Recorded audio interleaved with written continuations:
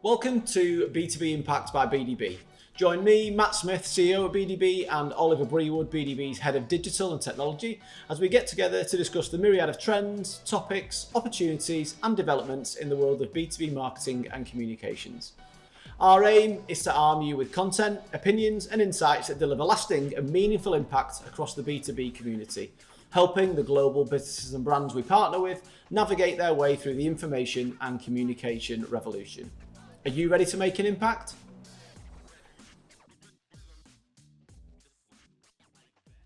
Hi everybody, and welcome to the next episode of the B2B Impact, where this week we're focusing on all things artificial intelligence, or AI. Do you want to kick off, Ollie, with your definition? I like to put you on the spot with these ones and ask you. Yeah, why not? I think I realised this the other day when I was thinking about it. I think we all tend to think when you start talking about AI, you start thinking about sci-fi movies and their kind of definition of AI. So my go-to is usually Terminator and Skynet. Yep. And I think it was only the other day that I really realised that the term AI, I know the current usage of it isn't that, but I think I only just really clocked on that really isn't what it is at all. Yep. It's not about having something that is sentient and self-aware. It's about having something that can kind of mimic or even go beyond human capabilities in certain areas, which is really more about what the modern applications of AI are, either to make our lives easier, to automate tasks, or just to be able to do calculations that we just aren't capable of. And typically, I guess to take it right back to basics, it's all based around data in the first instance, because without the data, I'm going to come on to privacy settings and so on later on, but in the sense of collection of data to actually enable the machines, the computers, to make some predictions or decisions based on that data. I think self-driving cars are an excellent example of that. So we're seeing self-driving cars becoming a thing, and I'm sure they'll become mainstream in a number of years' time.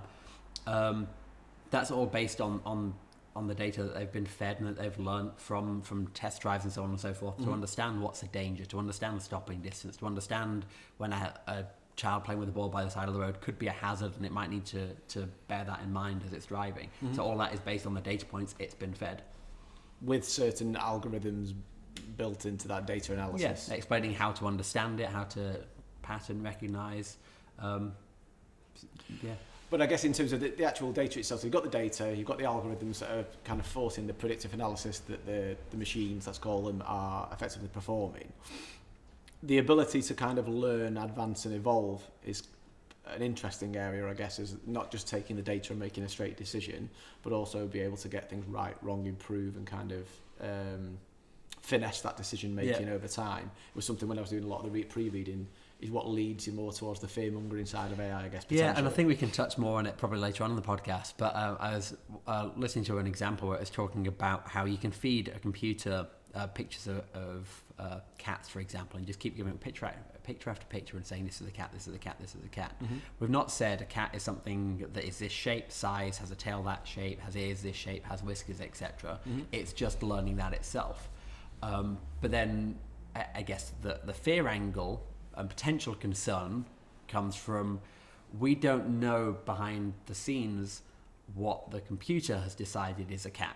Yeah. So obviously in this situation, there's not a big cause for concern, because if it messes up and gives you a picture that's actually a dog or a fox or something else entirely, it doesn't really matter. But if you start extrapolating that to something where AI has a more serious application, whether that's defense or something to do with equal rights or government or anything like that, then there could be a bigger concern there if it's making faulty decisions and we don't actually understand its decision-making process. But the machine thinks it's correct, potentially, which and, I guess and probably is correct to a degree. It's probably matching it, if we take a picture example, because of the colour of the picture or whatever it might be, but it might not be matching it on what we've expected it to match on. I think it's an interesting point. I think when we were talking around prior to the podcast starting to recording, was around, I guess, as the generations of people, humans, are becoming more woke, if that's the right word to be using, but more aware and more conscious, when we're thinking about even things like EDI, equality, diversity,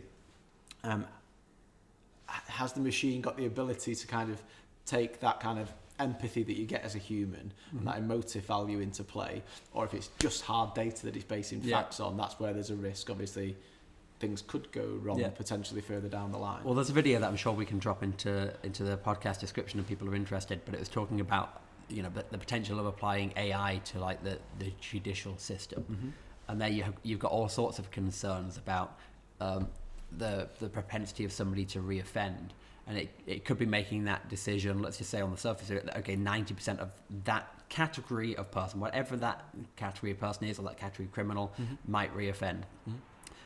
It's not necessarily allowing for the chance that somebody will reform and not plan to reoffend, but the system might have effectively flagged them as likely to reoffend. But then the other example that it was talking about there is it might not be trying to be biased against a particular like socioeconomic class of person or a particular racial group of people, but based on things that it doesn't realize are connected, based on like things like geographic area, etc.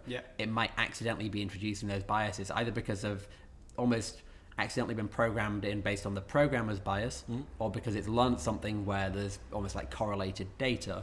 It might be introducing biases itself, and then that's where you've got that bigger concern of if you can't see behind the curtain as it's to fully as like audit its decision making process, then it could be doing things that we've not even thought of. And it's still very much, I won't say emerging technology. I mean, when you look back at the timeline of when AI kind of was first considered to be its inception, I think it connects back to the 1940s in its earliest format, even when a computer had the ability to kind of retain memory and use data in a more informed format.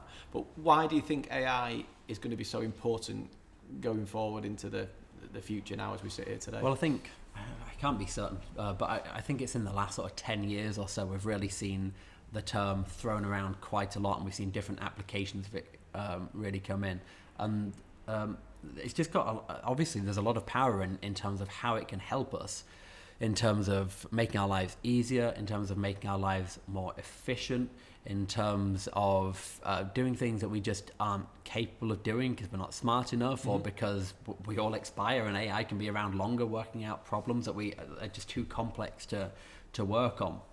And we're seeing some of those applications, I suppose, come in now that we've already talked about self-driving cars as an example, where obviously that has the potential to significantly reduce the number of road accidents. I think that it's clear that humans are the cause of most car crashes because we're not paying attention, we get distracted and so on and so forth. So the potential for self-driving cars to save lives is very real. Then you've got things like smart assistants that I think many of us are using on a regular basis, and while some of the uses of that, like I regularly use it to set reminders, that's a very simple thing, but it's still having to understand what I say, which I think is again a form of AI. But they can get more complex, when you're being prompted. I think I was always amazed a few years ago when I sort of was asking my smart assistant just randomly, I did it as a joke, I didn't expect it to be able to respond, about flights to, I think I was looking at flights to Spain, and it's telling me the price if I fly at this time or that time, and then I was like, okay, thanks, and it says, do you want to set a reminder, I can let you know when these flights reduce in price. And it's just like the fact that it was giving me multiple contextually relevant things that I would legitimately want to do. It seemed quite an impressive thing for it to be able to do, and that's just going to grow and grow and grow as it learns more things. Well, it's advancing alongside the tech, isn't it? Because I think, as you say, the smart assistants is an interesting one that people probably don't even think is AI to an extent, but I mean, it's people using them so frequently now, whether it's your Alexa, your Siri, or whatever. Was it a Bixby? Is it, or a Samsung still, or something like that? But I think the use of that and how sophisticated they are getting, and how quickly that's advanced. If you think the last couple of years, how much of that's come on, 2 years on again. And I don't think they've ever launched it, but like Google were experimenting with and demonstrated some trials at some of their events of a smart assistant being able to phone up and book appointments for you. So you'd say, I'll try not to activate my phone while saying this. You'd say, Google, will you please try and book me a haircut at this salon at this time, and it'll place a phone call. It will speak to the salon owner. It was able to understand what was being said back to it, and it would be like, yeah, my client would like a haircut at this time, can you do that? And it would say, actually, we can't have this time, will this time work?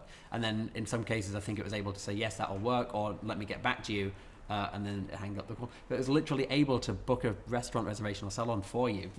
And I think you're just going to find there's more and more of that. And when you start thinking about applications to the B2B world, no, I guess we're not really there yet, because it probably requires more development for it to be able to understand a broader array of things. But you could easily get to a position where you're saying, hey, can you, Google, can you find me a supplier for this type of part that I'm missing, or these office supplies that I'm looking for? I really don't want to pay more than this sort of price for it. So if you can get me 10,000 pens at this price, that'd be great.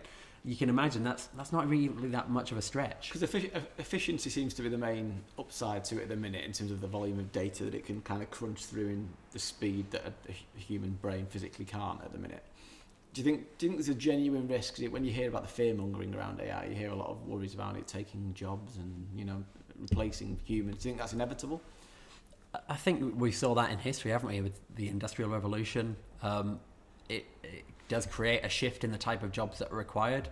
And I know I've seen some kind of talks kind of expressing how the idea of it could be to free up humans to focus on other things, to focus on hobbies and other pursuits. That's very idealistic, kind of utopian environment. It is, but even if you think about our own business, if we could take away various more administrative-led tasks so the guys can focus on more creative brainstorming and genuine innovative opportunities, you'd do that all day long, wouldn't you? I guess. So it's the same kind of principle as that. Well, you start thinking, like, just internally for our business, we've got lots of work all the time, which is great, but you're constantly thinking about how to organize that. How do you make sure the right person's scheduled? How do you cope if they're off sick? You need somebody else to do it. And there's obviously the potential there that all of that could be fully managed by an AI in the future. So a content writer comes in the building and a screen pops up and it says, here's your schedule, Jenny. Here's the things that you need to work on today. And it's got pulled everything together from various emails or other sources. It's worked out based on what delays have happened, what work needs to be done today. So just making somebody's life, like you say, focus on the creative aspect, in that case, copywriting of their role, so they don't have to worry about the activity that technically the machine shouldn't be able to do, I guess. Well, maybe with time. Well, that's one of the examples I know we've talked about before, and I can mention again in a minute, which is AI copywriting. Well, let's move on to that in terms of different applications that we've seen, or where you see it crop up in our world, I guess, at the minute, particularly across marketing and B2B marketing, because it's more present and prevalent than maybe you think at the first thought of different AI type applications, I guess. So I've just played around with a few of them, because I think and we can touch on it in a minute as well, around like AI and big data. So we've kind of already touched on that, but we'll touch on it more specifically for B2B in a moment. But there are some very easy to get into initial applications that we've seen cropping up. And one of those is the AI copywriting side. And I know you've played with this before, Matt, and I just decided to do a quick test ahead of today's podcast. So I put together an article about AI in B2B, and it starts to, you go through a 6-step process where I've sort of said AI in B2B, I want to target artificial intelligence, a keyword, and B2B is another keyword. And then it gives me like 8 topic choices, and some of them are like, that's not what I meant, that's not really what I meant. And then I get to how artificial intelligence is changing the world of business. I'm like, that sounds good. That sounds like kind of what I wanted. Sounds like a good headline. So I click next on that, and then it gives me a quick excerpt or introduction paragraph for it. And I was like, that also sounds great. You're talking about AI, how it changes business, how it can lead to more efficiencies, helping people get time back to focus on what's important. It's literally reading it now. You set your word count, your blog count. But it's literally our paragraph I'm reading right now is exactly what we just talked about, giving people time to focus on what's important instead of focusing on the admin. And then it starts spitting out. Roughly how long did that take you to do that? To pull out this blog took me 3-4 minutes. Okay. So in a world where content is king, and you've got mass production of content, and the way the algorithms are working on the social media platforms, that you've got to constantly producing content to kind of rank or have anything really seen anywhere, the speed of being able to do that at 4 minutes versus sitting there and writing that and doing your research and doing everything else, which, I don't know, a few hours at a minimum, I would think. Where do you think you stand on that? Because what's the quality of it like?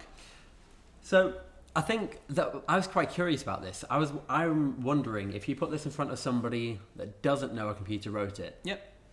Will they think this comes across as odd? And I'd say to an extent, yes. From the point of view of it gave me about 6-7 headlines, each one of them having 2 or 3 paragraphs underneath, and you can see that it's a little bit repetitive. Yes. So from that point of view, I think that's where you get halfway through it as a human, and I'd expect you to go like, ooh, that's a bit odd. Why is it starting talking about the same point that's again? That's exactly what I found with the Jasper one that I played with, because it was good. You get quite taken aback with the first paragraph, and I was like, ooh, this is quite good. And then you sort of get like second or third paragraph in, it's kind of reiterating the same content over and over again, and wording it slightly differently. Or adding it, like maybe they talked about 2 points and now there's 3 points, and so on and so forth. Yeah. But I think certainly from an ideas point of view, like if you wanted to use this as a way to think about what should we be talking about, this has given you a lot, like 6-7 different areas you could go and research in more detail if you wanted to create a more in-depth article. I think I'm correct in saying the way it works effectively is trawling the web for any of the relevant information, articles, blogs that it can find in an instant. Yeah. And scraping it almost in a way. Lisa, yeah. Rewording it, but it's very clever. And then I tried Googling, I think I tried 5-6 paragraphs from this to see if it had like just straight lifted anything. It hadn't. I think I found one paragraph that was not even the same, but just covered the same topic as another paragraph that was on another website. But none of them that I could find were the same. I kind of expected just to find the same paragraph written nearly verbatim somewhere else, and that isn't the case. It's obviously doing a better job than that. Sure. And I'd even selected like UK English, and I've forgotten what example there was in here, but it was a very like colloquial English term, mind-boggling. That was it. So it had thrown it. The potential of artificial intelligence is mind-boggling is the start of one of the sentences, and that just, because I've selected UK, I'm assuming that's not as much a phrase in the US. I might be wrong, but that feels very British in its phrasing, and I'd selected UK English. Very clever. What other applications have you seen so far? So the other ones I was playing with yesterday and having a look around with, one of them was around video narration. I've seen quite a few ads on YouTube recently for this sort of thing. So you pop in your script and it'll narrate it for you. So if you're creating a video, you can drop that in. You don't need to hire a voiceover artist. You don't need to try and do it yourself either. You can often pick the gender, the nationality, the accent of the person that is going to read it. And then some of them are quite convincing. I think when I've listened to some, you can almost hear a little bit of the artificial intelligence trying to it now and again. I think that's because though, again, like someone said the pros of tech. Potentially, if you didn't know it had been done like that and used to shoot, you might think there's a slight quirk in the voiceover maybe or something. But no, 100%. I think voiceovers are also interesting because they're incredibly expensive, the time consuming to organise. And if you try and do it yourself, you can end up, depending how practiced you are and how much you care if you make mistakes and how perfect you want the outcome to be. I think there is something, depending on the type of video, to not making it perfect. But I realise if you're doing like a big company video, you might want that level of polish. That was the thing that we discussed, wasn't it, offline before? Again, I think it was a couple of days ago when we talked about this as a topic. In B2B, I always think there's that need, the desire for perfection, because they want something to be slick, glossy, professional, and kind of anything remotely imperfect doesn't make the grade. Which is why with this kind of stuff, I think it will have its time. I've no doubt about that. But I think in its infancy at the minute, I think it's perhaps a little bit too imperfect for applications in B2B. Potentially, but I think it's like if it's something you're doing and you want to do a lot of video content, I think it's worth a glance at least. Like we can potentially link to this YouTube video I found as well, where somebody was playing with different tools. And there's one tool he used, and I've forgotten the name of it. I think it was called Resemble. Right. And when he dropped in a paragraph at first, press play, you could hear it sounded like every 5th or 10th word sounded a little bit text-to-speech-ish. Yeah. And then he just started playing with the pitch. So you could basically go in and it's almost like you're a director. You're saying, I want this bit to be high pitch. I want that bit to be low pitch. I want that bit to have extra emphasis. And then he pressed play again. It sounded flawless, even like me listening to it, knowing that it's artificially intelligent, and the fact that it was changing pitch and tone as it went through it sounded realistic then. And then he played with another tool in the same video, which I think was a company called Well Said Labs, and again it just sounded phenomenal. So I think there's a potential, depending on what you're trying to do, to look at them, but it is that more programmed route. So it really depends how much polish you're looking for and what purpose it is. It's that compromise between speed and not accuracy, but speed and perfection, I guess, if you know what I mean. I'd certainly be willing to compensate slightly on the perfectionism, probably, I think, over time, if only we could produce content quicker, because I think one of the biggest frustrations that even we have as an agency, let alone our clients that we work with, is the speed that you can produce content at. And all these kind of tools are enabling you to do it in a much quicker manner. I think we were sort of saying as well when we spoke about it, you can imagine certainly for you got a lot of people that are setting up their own companies, or they've got a blog and they want to do video content, whatever it might be. Certainly for that end of it, it 100% makes sense, because for the cost of like $50 a month, you've got access to all the narrations you could possibly need. But I think, if you're trying to put something across that's very professional, while I think it's always worth playing with these tools and seeing what's out there, I suspect that getting your professional narrator or CEO or whoever it might be that's good at narrating to actually deliver it will probably be more impactful. Okay. And what did you want to say on big data? I know we touched on that towards the start of the podcast when we were talking around obviously everything being based around data, and one of the big disadvantages around AI is mooted to be it only knows what it knows because it only knows what's been put in, so to speak. Yeah, so I think when you start thinking about data and thinking about the data that your business is likely to hold, I think straight away you're going to have all your customer data.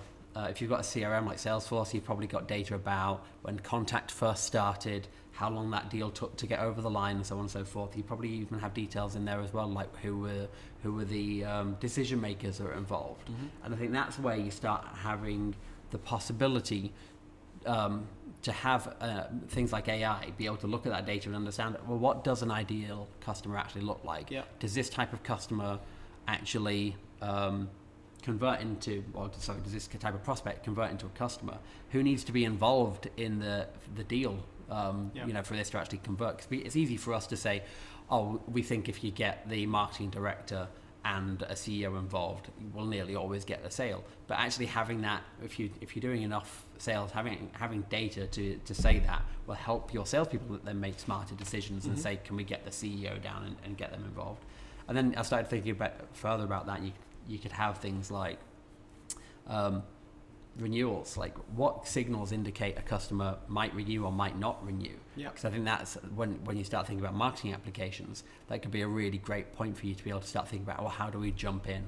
What marketing communications do we have to give 6 months before a renewal date, 3 months before a renewal date, to help encourage that? Likewise, we were talking about it because our HR system has data in there in terms of propensity for somebody to leave the company based on, it's got all sorts of signals in there. So how senior they are, whether they line manage somebody, how long they've been. Do you find part of the problem though is like, I might be able to unpick it, but unless you understand the algorithm, maybe that's my maths brain, in the sense of like your statistics side of things. Great, it might say about Ollie's a flight risk and they grade you as a red and you're 90% likely to leave. I can probably go through and try and unpick the factors I think that have contributed to that. Yeah. But I almost want to understand how it's made that decision. Yeah. And to be fair, with our system, it does give you like I don't know what weights to the final factor, but it tells you all the measures in between. Yeah. I'm not going to say it's accurate because I think we've had a couple of people leave in the last year where it sort of had them in the stable sort of range. Yeah. But I suppose that's where it comes down to. We've got 70 employees-ish. That's not a huge amount of data to be looking at, which is where we're not just talking data, we're really talking big data. So the more data you have in a system, the more pattern recognition there is able to be. And therefore, I don't know about our HR system, but in general, the more an AI system would be able to actually understand come up with an accurate model. Do you think, given the scale of opportunity, and I guess the scale of the task ahead of you with the big data, data generally, I guess. Do you think there's going to be more roles created in businesses dedicated towards data managers? 100%. I think you see that already in terms of having like data scientists as roles and things like that. But we don't tend to see that across many of our clients yet. I'm not familiar with many of our clients that have actually hired a data scientist in yet. But I think to really capitalise on this, you're going to need that kind of expertise and dedication to it, I would imagine. Yeah, and enough data captured in your system to make that worthwhile. That means at a certain scale of business. So I think it's much easier to see applications for all of this technology in B2C, where your transactions are in the millions. And I don't mean value, I mean you are making millions of transactions a week, a month, or whatever it is, because then you can really understand. If McDonald's introduce a new burger tomorrow, they'll have a huge amount of data within the next week or two about how successful that is. Whereas if our clients introduce a new product, that might take 6 months, a year or longer to work out how popular that really is with their client base. So I think there's that scale of data makes it a bit harder, but I do agree that you will start seeing more and more roles dedicated to that. I just think without that level of investment, the risk is that it'll always be a pipe dream, and I'll try not to swear, rubbish in, rubbish out, so to speak, will end up, if you've not got the sufficient quantum data or the sufficient detail behind it, then it's going to be making poorly informed decisions potentially, isn't it? If you know what I mean. So. Which is why I think it's probably at the minute a bit more niche and only applicable to companies that do have large volumes of data, not just 60, 70 records of data. Is it worth finishing off with kind of ethics around AI? Because obviously there's a fair amount of scaremongering and a fair amount of concern around it as a subject that, depending on which videos you do, the machines are going to take over the world. They're going to you've got a few concerns, haven't you? You've obviously got what we talked about at the beginning, which is that AI has the potential to draw conclusions it doesn't even realize it's making, as it also has the potential to recognize things in a way that weren't intended. And that we would kind of morally know that's not the right thing to do, or you're making a decision based on correlated data, not factual data. So I think from that point of view, you have to be careful about the applications. And I would say for most of our client base, that's probably not a huge level of concern, because they're not dealing with highly sensitive subject matters. Mm-hmm. If you jump into things like GDPR and consider just a few of the criteria there, you've got extra rules in place for where you're housing gambling data or medical record data. It's data with like a high degree of sensitivity. I think if you're dealing with any of those areas, the ethics aspect of AI is probably much more relevant. Speaking of GDPR, obviously we've talked about data a lot here. So I think that's the other level of concern, is how much data are you holding? And is it actually personal data or not? Because I think a lot of our examples that we've been talking about would be more company data, of which there shouldn't be a level of privacy concern. It's more about who is the company that you're trying to sell to, what size they are, what's their revenue. It's often quite public data. And then you might have data about like when you spoke to them, when did they buy, how much did they buy, and that's all really just your transactional data. I suppose the data protection aspect of it will more come in with regards to how much personal data are you retaining about the decision makers of that company? What have they agreed to? How long are you retaining that data? So that might be where there needs to be some level of understanding of, you might not be able to hold as much as you want all the time to be able to draw conclusions about the decision makers. Sure. And then I suppose the other point you mentioned briefly there was, is it making decisions based on the data that's there, but not understanding why the data's there? Because I think there's quite a few examples I've seen of this happening, whether that's happening in, I've seen it happen in video games, you see it happen in, even when you're looking at Google Analytics for a website. I know that's not an AI application, but if you think about Google Analytics for a website, it's just telling you what pages people went to. It's not telling you why they went to them. So you end up in a debate when you're sort of looking at building your website, looking to structure it. Should we drop a page? And it's easy to look at that and go, well, hang on a second, that's one of our most popular pages at the moment. But you need to then layer that with the context. Why is it the most popular? Oh, it's because it's the only link on our homepage. And that so you're driving everybody there. That comes back to the same thing around it only knows what it knows. So to extent, when I look at the 4 stages of it, because I was looking at one of the articles, it talks about reactive machines, which is more what you're saying there. It talks about limited memory, which is more linked to the self-driving cars, where it's programmed with some kind of memory that it can attach to a rule or a decision that it makes. And then it talks about the theory of mind, and finally self-awareness, where the AI systems have a sense of self. Thankfully, that isn't the case yet. They don't exist, but that's more the nirvana, I guess, that where people may be shooting for. Okay, we've covered a lot of ground there. So I think we could speak on this subject for a long time, because there's so many different avenues to go down with it. But hopefully that's a good whistle-stop tour of kind of some of the early thoughts around AI and its place it could have in business and the wider world. We'll make sure we add the links that we've been speaking to the videos, because there's some really great resources out there on this as well, where you can deep dive a lot further into the subject. I hope you've enjoyed the episode, and we'll see you next week. Thanks.